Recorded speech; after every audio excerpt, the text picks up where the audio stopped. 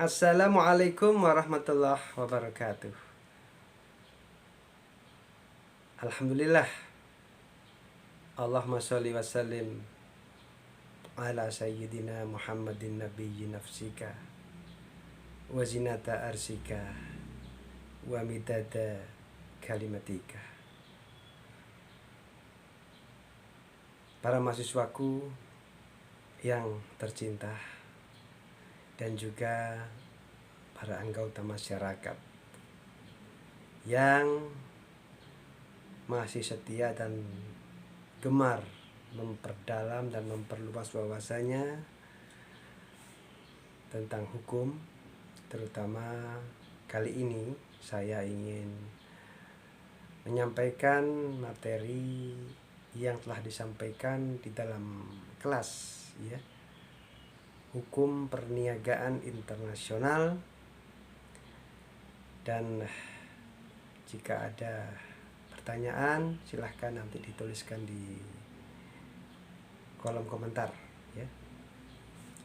Dan saya ingin mengingatkan sebelum melanjutkan, silahkan like, subscribe, share, dan komen. Dan jangan lupa mengklik tombol lonceng, ya. Artinya pemberitahuan apabila saya mengunggah video-video selanjutnya, maka Anda semua akan dapat mengetahuinya dan mengikutinya, ya. Demikian, kita mulai saja tentang hukum perniagaan internasional pertemuan 8, ya.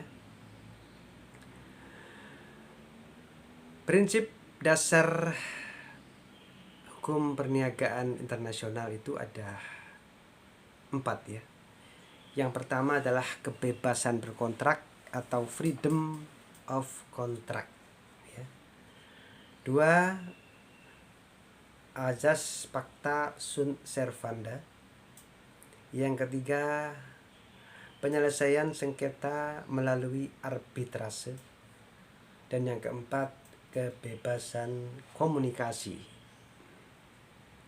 Mari kita bahas satu persatu. Yang pertama adalah kebebasan berkontrak. Azas ini adalah merupakan azas yang universal, ya. Berlaku baik bagi hukum perdata atau dagang di dalam negeri maupun di seluruh dunia. Para pihak bebas memilih akan menggunakan hukum mana yang diberlakukan. Para pihak pun bebas memilih akan menyelesaikan sengketa di forum penyelesaian sengketa yang mana, ya. Kemudian tentang pacta sunt servanda tadi, ya, itu adalah suatu azas juga yang berlaku secara universal di seluruh dunia. Ini adalah kesepakatan atau kontrak yang telah ditandatangani, ya, yang harus dilaksanakan dengan sebaik-baiknya, dengan itikat baik, bagaikan mengikatnya undang-undang. Jadi kalau seseorang sudah melakukan suatu ikatan perjanjian dengan pihak lain, ya, maka para pihak itu kemudian terikat dengan azas pacta sunt servanda, yang maksudnya itu mengikatnya perjanjian itu mengikat para pihak yang membuatnya bagaikan mengikatnya undang-undang, ya, itu, ya.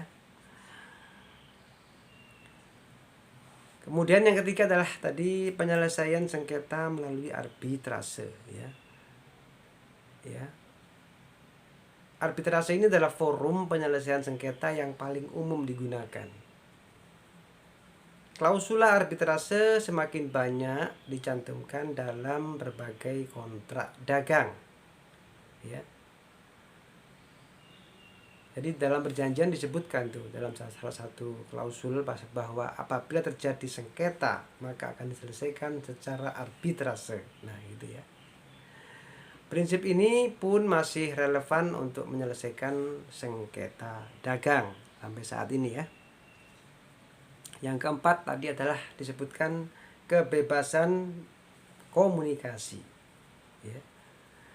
Kebebasan para pihak ini dijamin ya untuk melakukan komunikasi untuk keperluan dagang dengan siapapun melalui berbagai sarana komunikasi dan navigasi baik darat, laut, dan udara, atau melalui bahkan sarana elektronik. Sekarang itu orang mau beli atau mau impor barang dari luar negeri bisa juga hanya melalui video call misalnya, bisa, yang kemudian ditindaklanjuti dengan kontrak ya atau perjanjian dagang internasional ya. Aturan-aturan hukum perniagaan internasional itu memfasilitasi kebebasan komunikasi semacam ini. Baik, itu tadi adalah tentang prinsip-prinsip daripada hukum perniagaan internasional. Sekarang kita menginjak ke GATT ya. GATT itu singkatan dari General Agreement on Tariff and Trade ya, atau persetujuan umum mengenai tarif dan perdagangan barang ya. GATT ini merupakan tulang punggung hukum perniagaan internasional sepanjang abad 20 yang memuat aturan-aturan terkait perniagaan internasional yang tidak adil seperti dumping dan subsidi ya. GATT ini diciptakan sebagai upaya untuk memperjuangkan terciptanya perniagaan internasional yang adil dan menstabilkan sistem perniagaan internasional dan memperjuangkan penurunan tarif bea masuk serta meniadakan hambatan-hambatan perniagaan lainnya. Tuh. Tadi disebutkan dumping ya. Apa itu dumping? Dumping itu adalah bentuk diskriminasi harga internasional yang dilakukan oleh perusahaan atau negara pengekspor yang menjual barangnya dengan harga lebih rendah di pasar luar negeri dibandingkan dengan harga di pasar dalam negeri sendiri, atau jika dibandingkan dengan harga jual kepada negara lain dengan tujuan memperoleh keuntungan atas produk ekspor tersebut. Jadi harganya itu bisa berlain-lainan. Diekspor ke negara ini harganya sekian, diekspor ke negara ini harganya lain lagi ya. Bahkan dijual ke luar negeri itu harganya lebih murah ya, lebih rendah dibandingkan dengan harga jual di dalam negeri ya. Itu namanya dumping. Praktek ini tidaklah adil dan dapat merusak harga pasaran sehingga merugikan produsen, pesaing di negara pengimpor. Itu kalau di dalam perdagangan dalam negeri juga ada ya, namanya perang harga ya. Dulu ada perang harga, berlomba-lomba semurah mungkin, akhirnya itu akan merusak daripada harga ya, merusak pasaran. GATT ini didirikan pada tahun 1948 di Jenewa, Swiss. Pada waktu itu anggotanya baru 23 negara ya pada waktu didirikan. Namun pada saat sidang terakhir di Marrakesh pada tanggal 5 April 1994, jumlah negara penandatangan mencapai 115 negara. Kesepakatan dalam GATT yang berlaku sejak 1 Januari 1948 mengandung 3 prinsip. Yang pertama, prinsip resiprositas. Yang kedua, prinsip most favored nation. Yang ketiga, prinsip transparansi. Ya, mari kita perjelas satu persatu. Prinsip resiprositas. Kalau bahasa mudanya itu saling ya. Prinsip resiprositas itu saling ya. Perlakuan yang diberikan suatu negara kepada negara lain sebagai mitra dagangnya harus diberikan juga oleh mitra dagang negara tersebut. Ya kan? Jadi saling. Jangan satu pihak saja yang berbuat demikian, tapi negara yang satunya juga harus melakukan hal yang sama kepada negara yang ini. Ya, saling. Sebentar saya minum kopi lagi ya. Siang-siang ini jam-jamnya ngantuk.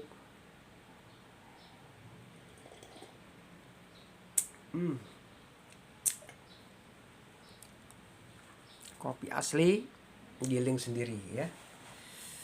Jadi gilingnya itu di pasar dalam bentuk biji, kemudian digiling, ditampung dalam sebuah wadah, jadi kopinya murni. Itu yang sangat saya sukai, kopi seperti itu.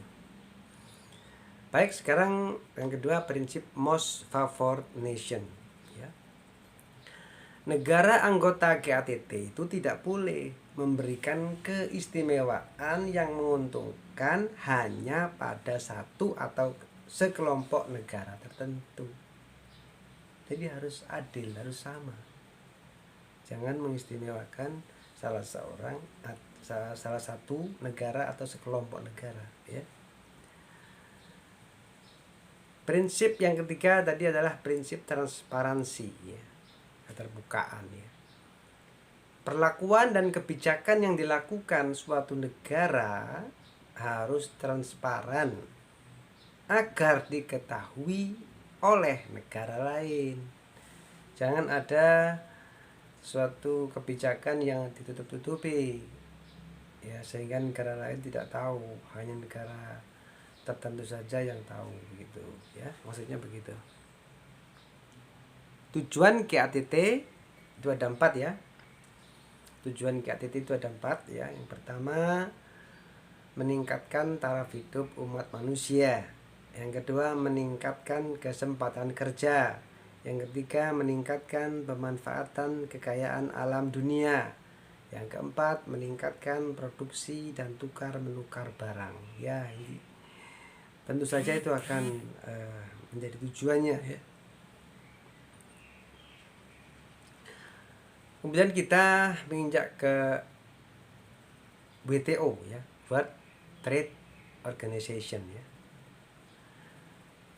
Itu adalah organisasi internasional yang mengawasi ya banyak persetujuan yang mendefinisikan aturan perniagaan di antara para anggotanya. WTO ini dibentuk oleh negara-negara di dunia, termasuk Indonesia juga ya. Secara resmi WTO ini berdiri sejak tanggal 1 Januari 1955.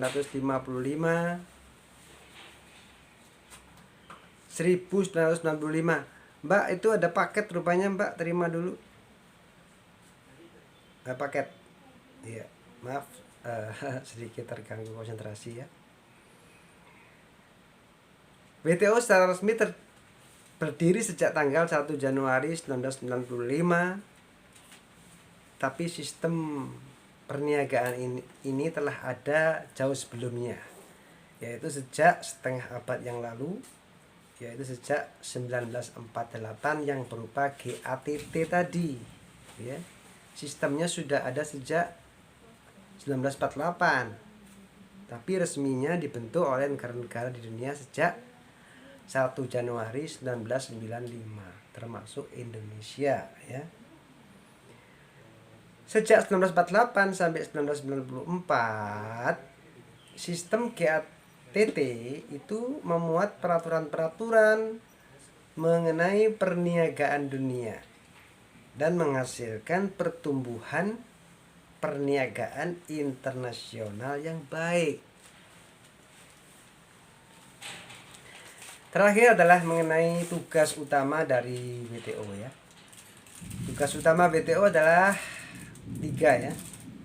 Yang pertama, mendorong perniagaan bebas dengan cara mengurangi dan menghilangkan hambatan-hambatan perniagaan seperti tarif dan non-tarif.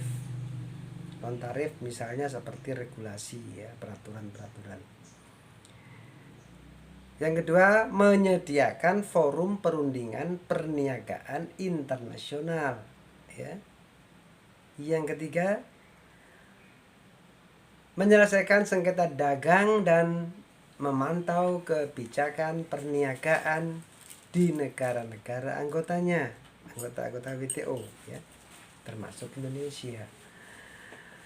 Baiklah, kiranya itu dapat